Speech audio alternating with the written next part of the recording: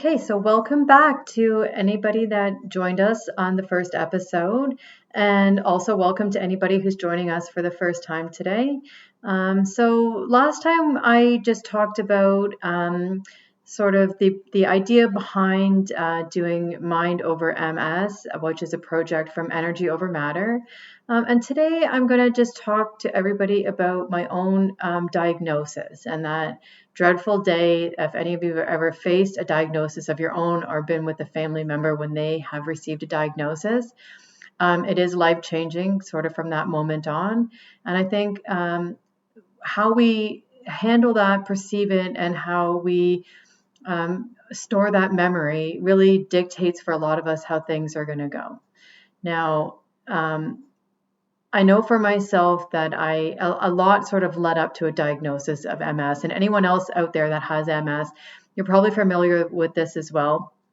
It has a lot of transient symptoms. They come and go. They're varying. It's sometimes pretty hard to get a diagnosis.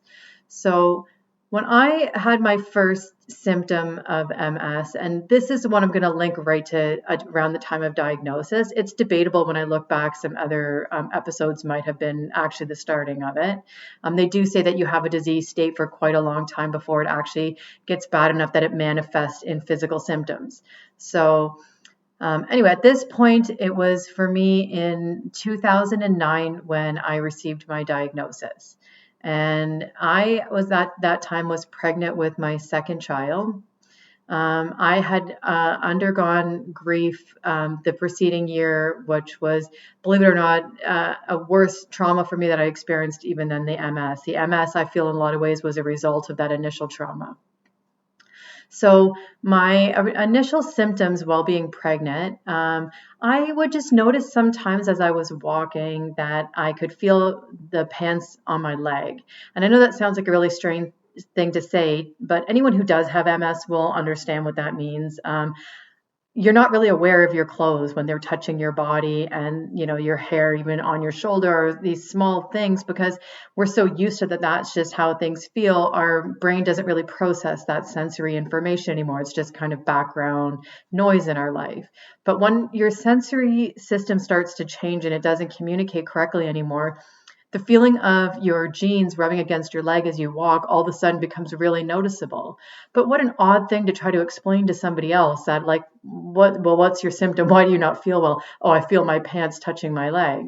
So I kind of just, blew that off. I did kind of mention it to some people, but nobody took it serious. I didn't really take it that serious. And then I started to get my first symptoms of vertigo. And the vertigo was hard, not to notice because, when the room is continuously spinning for months at a time, it really is pretty unlivable. And it also was quite embarrassing too, because I was staggering as I walked. So with this big pregnant belly, I'm walking down the street and tipping to one side or the other and almost wanting to apologize to people and say to them, I'm not drunk, I'm not drinking and pregnant. I can't stand up straight. And it did feel like bed spins. If anybody's had too much to drink, it was a similar kind of feeling. So this led me to go to emergency room because I was concerned what was happening. And after, 8 hours probably with them, they really didn't do very much. They said to me that it was something called benign positional vertigo. And this is an inner ear problem where there's some crystals in the ear, and the little floater in your ear that tells you your position in space can get lodged there. So they gave me some exercises to go home and to work on, none of which helped because that's not what I had. Although at the time it did feel like it made sense to me because I had tubes as a child, I had hearing problems, I had lots of antibiotics for ear infections, and that had kind of reoccurred throughout my life. And so having an inner ear problem made sense. I just went, okay, fine, that's what it is. I went home and that lasted for a few months. I think that the doctors, even when I was talking to them, I think they just thought I wanted to go on disability when I was pregnant because I was also grieving and they were all feeling bad for me. So they kind of wrote it off and just said, we'll write it off. Don't go back to work. You're fine. Stay at home. And I did do that. It did help, obviously, with the vertigo because I wasn't able to really drive myself at that point and get around easily. But even after the vertigo passed, I started to have numbness and tingling. And I believe it's called Hermit's. But what would happen is every time I tilted my chin down, I would get this electrical sensation that would run down to my fingertips. And again, it was an odd thing and it would come and go and it didn't happen all the time. So it was hard to explain because by the time I'd even gone back for another doctor's appointment or a prenatal visit, it wasn't happening at that moment. So I'd kind of forget and I'd get caught up in other things. So here we go. It just proceeds all throughout my pregnancy that I'm having these problems. But even when I was starting to be taken serious at some point because they were accumulating, I guess there was nothing that they were really going to do. They weren't going to do an MRI during pregnancy. So I did have quite a difficult pregnancy along with my second born son. It ended up in an emergency C-section because they lost his heart rate. And so now I also have a C-section and I'm trying to recover from that, which takes a toll on my body as well. So I guess my baby's only maybe 2 or 3 weeks old and I all of a sudden lose eyesight in my right eye. And that's pretty concerning. I'm freaking out about that now because I'm not really sure what that is. And I had really a lot of concerns about it. I'm asking doctors again. The doctors are thinking that it's a lot of like stress related. I'm having families, even members that are saying to me that maybe it's because I just don't want to see what's going on in my life. So I'm somehow having this manifesting a physical symptom when really it was psychological. And although it's weird because at the time I was really angry about that because I was thinking like, how can these people not believe me? And it's such a weird position to be in that I'm trying to prove myself sick because I know something is definitely going on with me, but no one's taking me serious. But at the same time, looking back a lot of years later, I do think there is some truth to that, even though it's hard to swallow, because there is something absolutely psychologically correlated to illness, especially chronic illnesses that you're not born with, they develop. So something's obviously changed in your mind, in your psyche, in your heart, in your soul, and it manifests in your body. But that didn't change the fact that this was really actually happening. I mean, I actually couldn't see. And this went away after, I guess, 2 months. But it was worrisome because now I'm trying to carry my new baby. I've had surgery. Now I can't see well on top of these other strange symptoms I'm having. Luckily, the vertigo had at least subsided at that point. And then bam, right away, as soon as my eyesight starts to recover, it hasn't recovered all the way. I get hit with this blindness again, but this time it's total black. So there's nothing now. And I'm even more concerned. But again, people had written me off in the past, like thinking about when did my MS start. There was this time when I was in university, so I'm going to say maybe this was in 2001, 2002, that I had a temporary blindness that happened, but it resolved pretty quickly. And when I had gone to emergency for that one, they told me that it was possibly a mini stroke. And because I was young, they never really followed up with the neurology, nothing really happening. And because it recovered so quickly and it was not a big deal, I was young too, I just kind of dropped it. But looking back, I wonder if somehow that was some starting of optic neuritis. But now my doctor still hasn't done much for me. They've ordered an MRI, but in Canada we have, yes, we have free medical system, but tremendous wait time. So my MRI is booked so far in the future. It gets canceled many times along the way because I'm getting bumped for emergencies. So in the meantime, though, I am concerned about my eyesight. So I go to an optometrist. And when they're looking at my eyes, as soon as she looked into my right eye that was suffering, stops and says to me, okay, so has anyone ever talked to you about MS? And I was like thinking, well, yeah, Google has, but anyone that's researched on Google medical issues, everything is always catastrophic in the worst case. So even though I had read all of these symptoms were somehow related to MS, I really hadn't let myself go there. But now the optometrist is saying your optic nerve is pale. That's a symptom of MS, and it matches with this vision that issues that you're having, and you need to make sure that you're going to get an MRI and seeing a neurologist. So as I'm waiting for the MRI to happen, which takes a long time, almost a year, maybe it was even over a year, The eyesight returns slowly, but it comes kind of in waves where it just became gray, kind of shadows. And then I got kind of some of the acuity back, but everything was like, the best way to describe it is like Easter egg colors. So everything was like washed out and pale. So there was no color saturation. Nothing was vibrant anymore. It was just kind of like everything had like this like haze of white sort of on top of it. And I couldn't really see out of that eye. If I closed my good eye, then I couldn't read. But I could kind of make out. And if both eyes were open, I could drive again. I could read again. I went back to work. I was doing fine again. That eye, to be honest, it was about 10 years that things stayed the same, and I figured that that eye was never going to recover further than that. Luckily, it did. So it's still not perfect. I think the eyesight, I don't know what legally blind technically is at. I think they said at one point it was 200 over 20, that eye. So I know that it's not good. It's not, effective anymore. But with both eyes open, I got by, so everything was fine. And then I actually get the MRI finally, and I go to see the first neurologist, who doesn't become my neurologist in the end. This was just the person who had been referred to order the MRI. Their bedside manner was horrible, and it was a really upsetting appointment because while he gives me my diagnosis, he blows it off like I'm devastated. I'm almost in tears. I can see the shock at my now ex-husband, but on his face too, he's distraught as well. My baby's in the appointment with me. And he just says to me pretty much, oh, well, you know what I mean? Don't worry. MS isn't that bad. Of all the diseases, it's probably a good one to get. It might affect the quality of your life, but you'll still live long enough to probably die of cancer or heart attack. And I'm like thinking, wow, that's what a kind, easy way to, tell somebody that their entire life has just changed. The only thing he really suggests is keep a job with benefits, and you'll probably need care within 10 years. You'll be in a wheelchair. And then he refers me now to the MS clinic in Toronto at St. Michael's Hospital, which is the biggest one in Canada.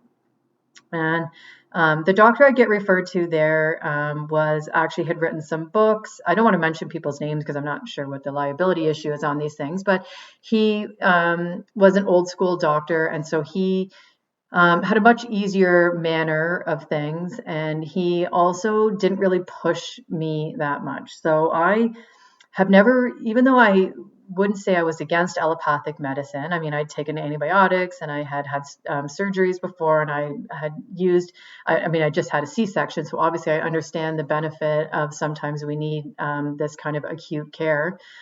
But I really wasn't that interested in taking any kind of dangerous medication. And I knew right at that time. And I'm going to say one thing again about mindset. I know we talked about that in the last episode, but I think part of what has helped me over this whole time, and I hope that you guys, whether you had this initial reaction, you can at least kind of amend your mind to thinking more along this line. I never believed them when they told me that I was going to be so sick and in a wheelchair and that my life was going to look this certain way. I always knew right from the time of diagnosis that things would be okay. And I remember I had time between seeing that special MS clinic from when I first got the diagnosis.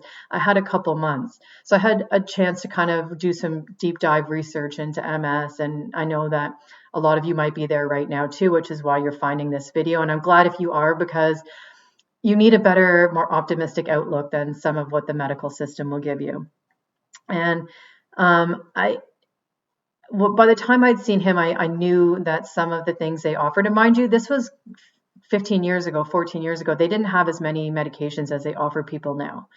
But I remember saying to him that I was going to cure my MS, and he just kept laughing at me and saying, well, it's incurable, it's progressive, and it's chronic. You're going to have it for your whole life, and it'll slowly get worse. And I had asked him about, well, is it possible that some people never get any new lesions? And he agreed that that was possible. And then I asked as well, do lesions ever shrink, or do they ever stop being visible on MRI? And yes, that was also possible. And so to me, I kept saying to him, well, that's a cure. And he, shaking his head and laughing, so let me know you can't cure it. But I believed then I could cure it, and I still believe that I can cure it now too. And I don't even think that all of us are going to have the same cure, because I don't think that MS is all one disease, if I'm being honest. I think that they group these symptoms together and they tell us all, well, it's easy under the umbrella. We say it's MS, but I think that we all have different root causes. I think we all have different triggers and emotional issues going on that manifest different in our bodies. So that's why MS doesn't have one specific course where you can kind of with any certainty say this is how things are going to go. But anyway, that first doctor, he was nearing the end of his career. So I don't think he had like a lot of ongoing research where he was looking to enroll people in trials or trying to prove himself anymore that he could cure people. I think he was kind of on his way out and he already knew that, well, MS is a tough one. We can't do that much. And so, treat it however you want was his opinion to me.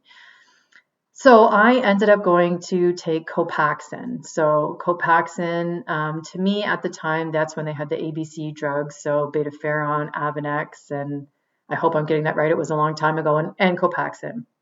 So I chose Copaxone because it had less side effects. So the other drugs at the time, when you injected them once a week, you would get flu-like symptoms. And that didn't sound appealing to me, especially caring for a baby. I didn't want to feel sicker, especially seeing as in between relapses, I wasn't feeling sick. I was feeling fine. So why make myself feel sick?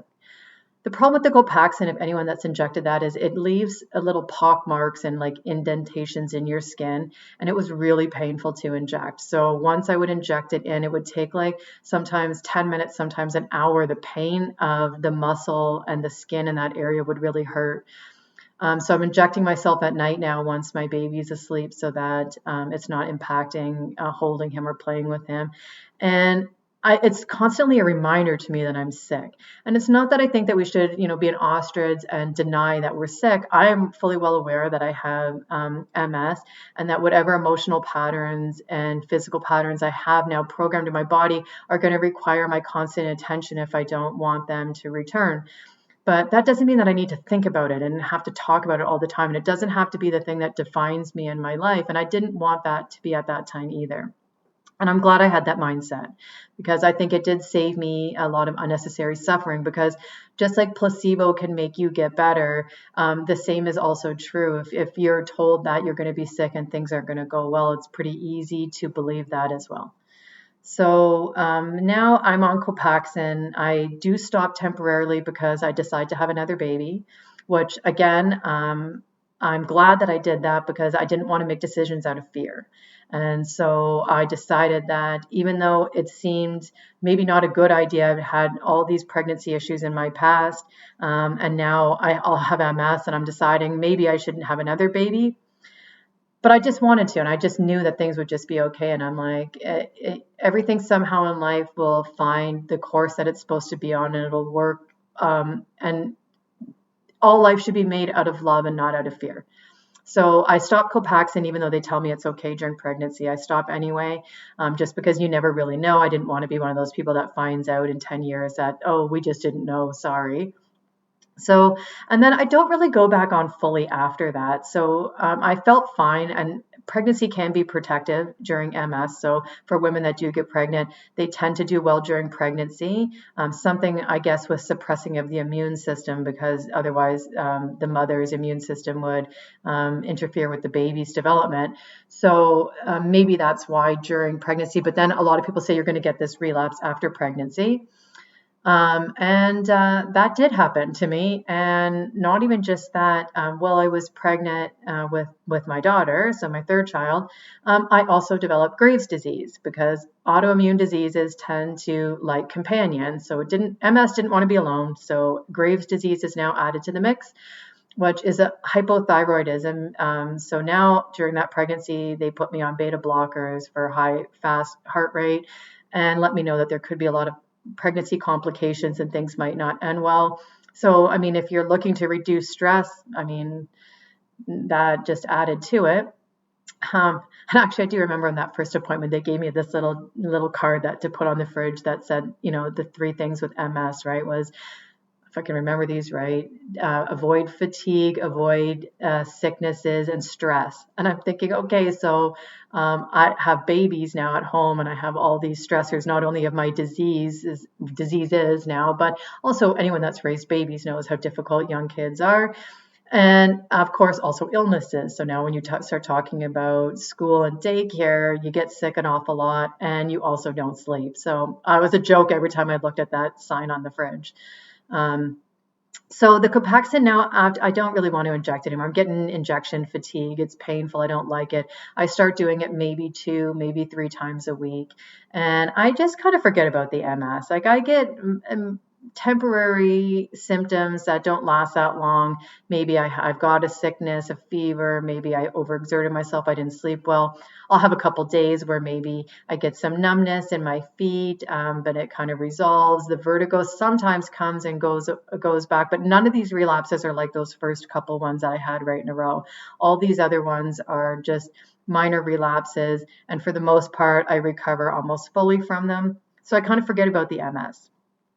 But MRIs keep showing new lesions. Now, anyone that's already been diagnosed for a while or anyone that's looking to learn about the MRIs, there's not a big correlation between the amount of lesions you have and your disease progression and ultimate disability, because it depends really on where the lesions show up. So at this point, I guess all my lesions are mostly in the gray matter of my brain, where if one part is getting impacted, you have a lot of real estate left there. So you can just like relearn in a new area.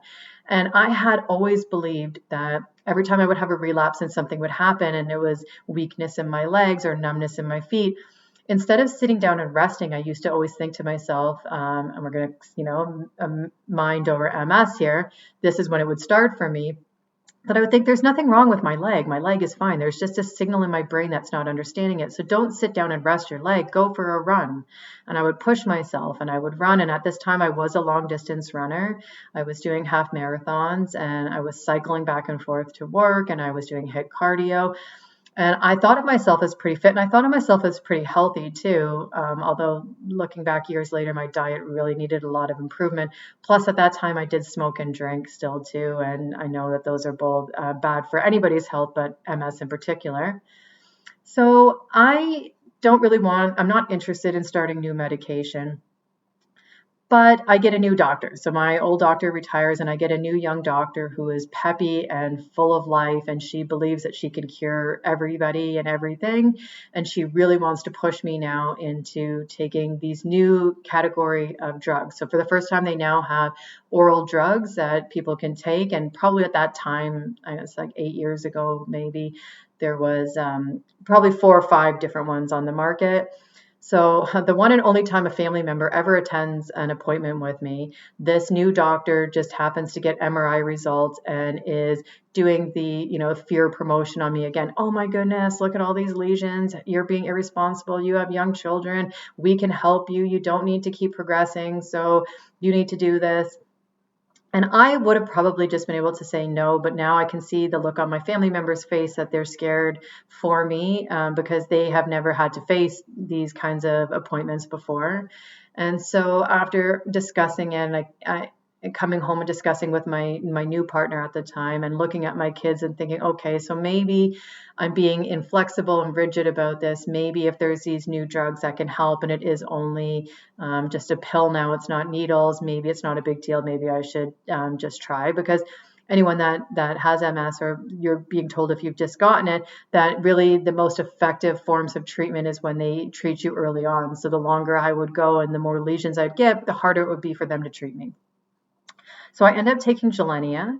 So Gilenya is a once a day pill. And again, this one seems a bit scary to start it because it's a black box pill, which means that there are risks of up to death included from it. You have to go into the hospital and be monitored when you first start taking it for heart issues. You also have to get like baseline eye testing and other sorts of things because it can cause, it's not glaucoma, it causes macular degeneration.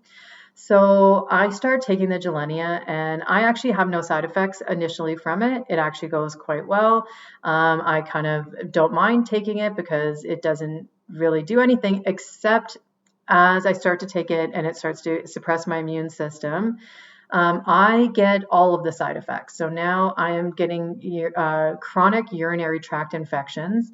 And even if I do take antibiotics for it, as soon as they're done, it comes back again. And I already have thought in my past that the reason that I might have immune issues is because of all the antibiotics I had taken for my ear infections as a kid. So I'm not really a fan of, like, I don't really want to just be on this hamster wheel where I'm taking antibiotics and the antibiotics is messing my immune system up. I'm getting sick, but being sick is triggering my immune system, which is making MS attacks, and back around and around, here we go. Now, I also am getting chronic bronchitis. Now, that could also be partially due to smoking, and I know I need to quit again. Which I had been quit for years, but that day I first got diagnosed, I left there like a fool and bought a pack of cigarettes because I guess I thought if life was going to turn out so crappy, I might as well smoke. I have since again quit, and I have been quit for 5 years, and I would encourage all of you to, if you do smoke, to quit as well. Laser therapy works. I know that's a total side note, but laser therapy worked really well to get you over that initial, you want to kill everybody when you're not having a cigarette phase. And after you break the addiction, honestly, it feels so much better not to smoke and to know that I'm not progressing this disease any further than I need to. Anyway, back to Gilenya. So the MRI results are showing good though. So I don't have any new lesions the whole time I'm on Gilenya. I'm stable, and everything goes fine. And then I'm annoyed though with the urinary tract infections, but I'm finding a way to just not take antibiotics and just live with the pain and the discomfort, and all the symptoms of it. But then we hit, the pandemic and things that changed in the world. And I start to get nervous about having my job and having benefits and being able to continue on medication. And Gilenya, they never gave this warning when I first started taking it. But as I was taking it, they came out with another warning saying that if you stop taking medication, that you were likely to relapse and become worse than you were before you started taking it. And I was scared that all of a sudden, if my job situation changed, that I wouldn't be able to continue to take the medication. And so I thought, well, maybe I should just wean off slowly. And if I wean myself off, then I won't have this sudden, spike in T cells coming back into my body, causing a relapse. So I do that. And over 6 months, I wean myself off, and I feel like I'm doing fine. And I come right off, and it's been 2 or 3 months, and I haven't taken any, and no relapses. Everything is fine, and I think I'm in the clear. And then I get a fever. And anyone that has MS knows that fevers can cause you to have, even if it doesn't trigger a full-on relapse, if for the time you have the fever, you can trigger all your old symptoms to come back. So anything that you'd already had will be aggravated again. So this is like nothing that I didn't even respect MS up until this point, because it had been now, I guess at that point, like 13 years, and everything had been mostly, for the most part, beside that one eye loss, had been fine. All of a sudden now, I wake up and I can't move my legs. And I can't, I'm having to use my hands to get my legs out of bed, and trying to even get myself down the stairs now. I'm crawling to get down the stairs. I don't even know if you can really have an in your body experience during that moment, because it's pretty out of body, literally. Like, you can't feel your body, but also your mind can't really cope with the fact of what's just happened to you. And I think, is this just because of the fever? So I take something to try to break the fever. I go back to bed, but now it's like I can't even get myself to the bathroom. If I have to go, I'm having to call my partner to come home because I need so much help. And it's not just the fever. So the fever resolves and the sickness goes away, and this is continuing now. And it does get to at least some point where I can sort of balance with help. And as long as I'm walking beside the wall or near a piece of furniture, I can kind of somewhat get myself around. And so I can continue to work, because at this point, because of COVID, I'm already working at home anyway. So I'm like, well, I don't need my legs to sit at my desk and type, because my job is just on the computer. So I'll just continue to work. And then I guess 2-3 weeks later, all of a sudden now it's my eye. And of course, now the optic neuritis, it's not in my right eye, which is already impaired. It goes into the remaining good eye. And so now I can't see. And I know that this is a symptom that scares some of my family member even more, because I'm looking apparently like a blind person, where when they're talking to me, I'm not looking directly at them anymore because I can't follow eye contact. And I don't know why this one, I don't even want to cry in the video here, so I'm going to try to pull it together for a second. But this one really was upsetting to me because I'm a really social person, and eye contact matters a lot to me. It's how I gauge people and how you kind of are looking into somebody. Um, and I can't like I can't make eye contact anymore with anybody. And as upsetting as I thought it would be to be in a wheelchair, I'm like, wow, to be blind is going to be really change my life so much more. And so now not only can I not walk, but I also can't read. So now I can't even work the remote to see the TV, to even just be at home on the couch. So I can't read a book. And I think that this is bad enough. But no, and a couple weeks later, all of a sudden now it moves to my hands. And so now from my pretty much from my shoulders down on both hands now are numb, and they have no fine motor skills left. So I can't hold a pen, I can't pick up a cup, I can't cut my food. I can't really do anything anymore. And then my trunk goes. And so now I can't really hold myself up anymore. I need to be sitting back in a chair. And then my bowel and bladder goes as well. And I'm not going to lie, there was some nights where I was thinking that if you continue to lose bodily functions at this rate, like when does your body cease working? And then that's it. Because I also lost ability to control my temperature. So this is all quite worrisome, and it's happening really quickly and out of the blue, because I'd been fine really before this point. It's another peak of emotional stress in my life, though, and triggers all of this to happen. So now I don't really care about whether the meds are going to give me a urinary tract infection or not. I figure I'm going to have to do something. I'm pretty scared. So even though I'm pursuing at that time, and we'll talk about that another day, all the alternative medicine stuff, I'm still doing all of these other therapies because I'm throwing everything at it and hoping something sticks. But I do get scared enough that I'm like, okay, I'm going to try going back onto the drugs again. And now they have a different kind of injectable. So this time I'm going to do Kesimpta. And Kesimpta, again, you have a lot of testing you need to do in order to qualify to do it. So I get all the blood work and I get all the things done that are going to be needed, and I'm going to start treatment. And I wasn't really prepared for that first injection, and it really did solidify for me why I didn't want to take these medicines, because I'm not really sure how poison can heal you. And I want to just make a disclaimer here. This is not in any way a judgment on anybody else here that takes any form of medication. I think that we should all do what we feel will be best for us, because if we don't have mental buy-in and we don't have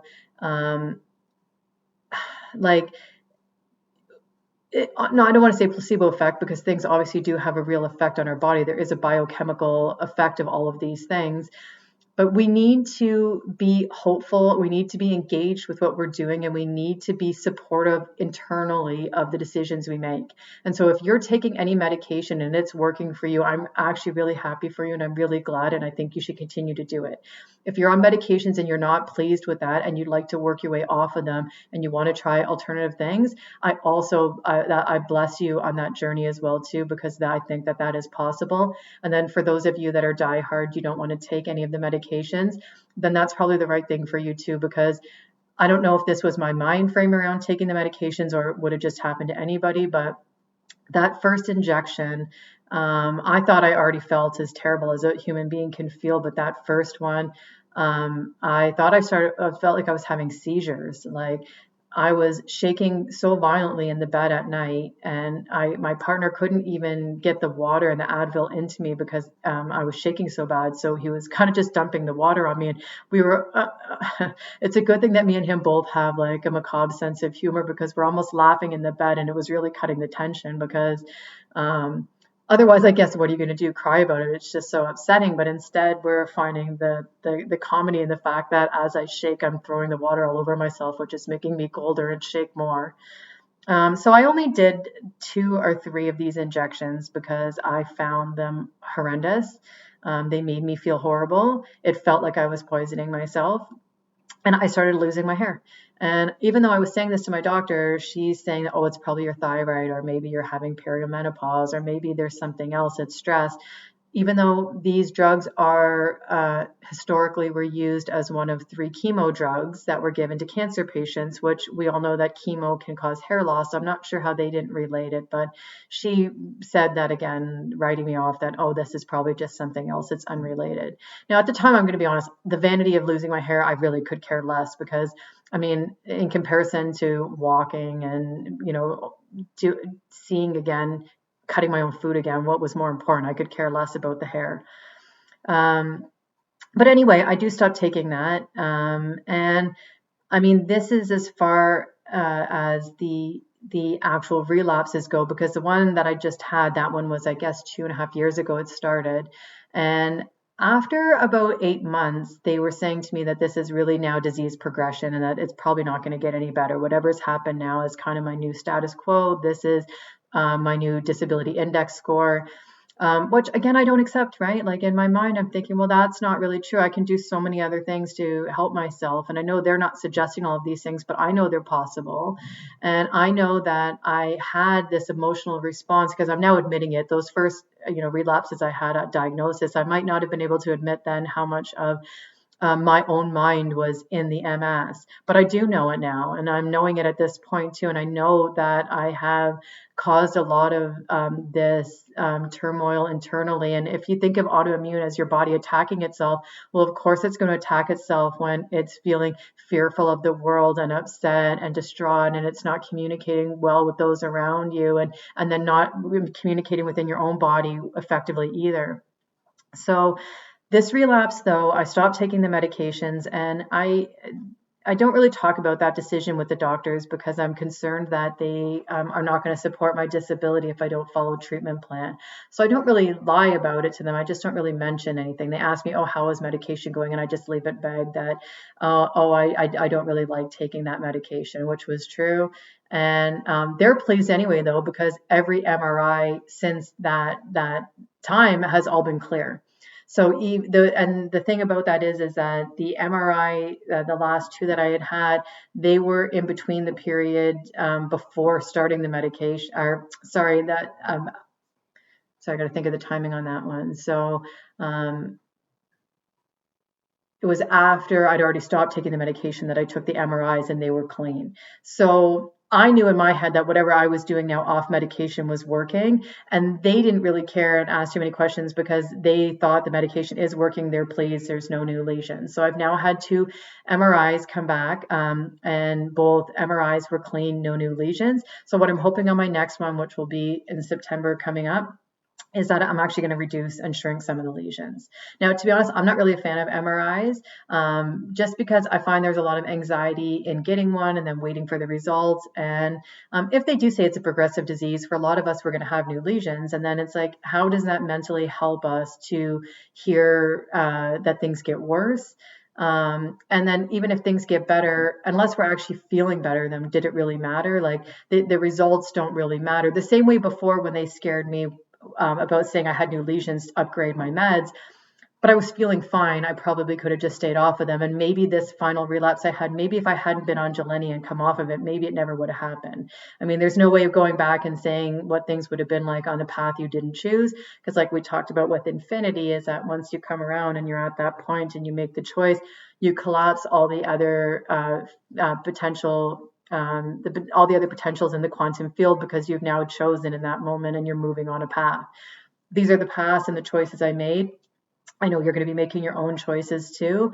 I think that that's why I would just like to help anybody here with the mindfulness part of this, because if we start to really witness our own minds and our own decisions, and we become self-aware and we still ourselves, and we use the yoga poses to bring our consciousness back into our body and become body aware and have that communication that's broken with MS and with other diseases. Our body isn't communicating. It's not going from body and into our minds and into the field where we're sort of stuck somewhere.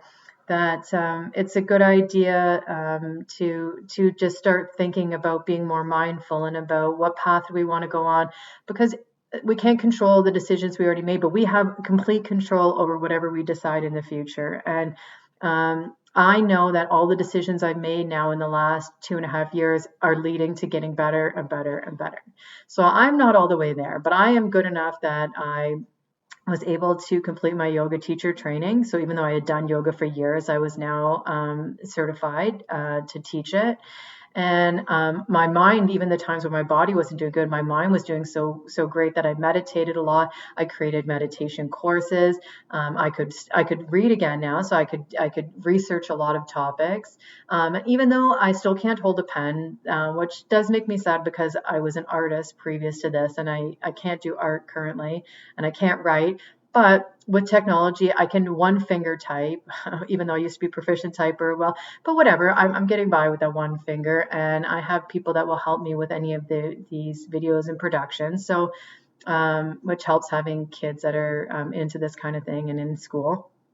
Um, so things are better and better. My mind is my mental state is so immensely improved, because once you start to realize that you do have responsibility for yourself and that you do have a mechanism of control, you can control what thoughts you're thinking. You can control what people you surround yourself with. You can control what kind of media you take in. You can control what kind of food you consume. You can control when you go to bed, and you can control whether you take time for gratitude in the day, right? Do you notice when things are beautiful? Do you take time, like maybe for you it's your pet, or maybe it's calling a friend, or whatever it is? Like, all of these things we have control over, and they may seem like small things, but they're not. Like, I can tell you that the number one thing, if anybody was ever to ask me, the number one game changer in all of this, like if you want to get results and change something dramatically, and it's free and it's easy, is gratitude. And I'll do a whole nother podcast on gratitude, but you don't need me for that. You don't need any other teachers. You don't need to take a class for that. I mean, you can just literally practice gratitude. I do it with my family as well too, and I can see that they have changed the way they think about things. It took us even through the loss of our pet just recently, and for my kids, that was the only dog they'd ever had. And when we were doing gratitude every night with our dinner, it was amazing how they could see the gratitude in saying things like, I'm glad I got those years with him. I'm glad I got to be with him at the end. I'm glad that I have all these memories. I'm glad that I have pictures of him. And all of a sudden it went from just, oh, everybody's crying because they lost their dog, is that everybody's smiling and they're reminiscing about him, and they're thinking about all the things he gave and the gifts he gave. And what a more beautiful way to receive grief than to just only cry and think about the loss of it all. And I've noticed that with them, everybody, instead of just having to say 5 things they're grateful for, everybody's always interrupting each other during dinner. Oh, no, wait, I have one more. Oh, because we all feed off of each other's gratitude. And if I could give you one nugget of wisdom in all of this, in any podcast I do, it's gratitude. Practice that one all the time. But I think that maybe we'll just end this one here today, because there's so many things I want to talk to you about with these relapses and over time, what might have led to like the root cause of them happening, alternative treatments I did in between, and the ones particularly during this last relapse that really brought me out of where I was and into way better health. And I want to get into all of those too. But this one was just really just talking about the process of diagnosis and the relapses and sort of the disease progression. And we'll just leave it there. And everybody tune back into the next time, and maybe I will go back into prior to MS and the things that were happening that maybe led up to getting diagnosed. So again, for anybody that tuned in last week and you came back again for this week, thank you so much for sharing these moments with me.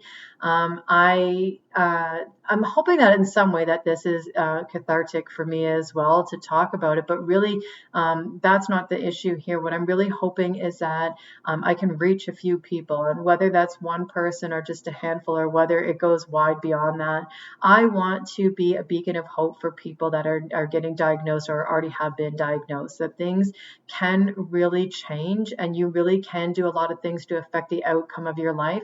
You don't need to accept this diagnosis as a life sentence for you. there's a lot of ways to move up, and even if we can't move the dial so much on some of the physical things, we can definitely change the way we perceive things and the way we experience and interact with the abilities that we have in the life that we are given, because it is still a gift and it's still beautiful, and you're here with me today, and that's beautiful in and of itself. So that's going to be it for this week. I hope everybody comes back next week again. In the meantime, please subscribe to my channel and please hit the like button. Please leave a comment for anything that you found useful, helpful, and any suggestions on things that you might want me to talk about next. But otherwise, everybody have a very blessed week and a blessed life. Namaste.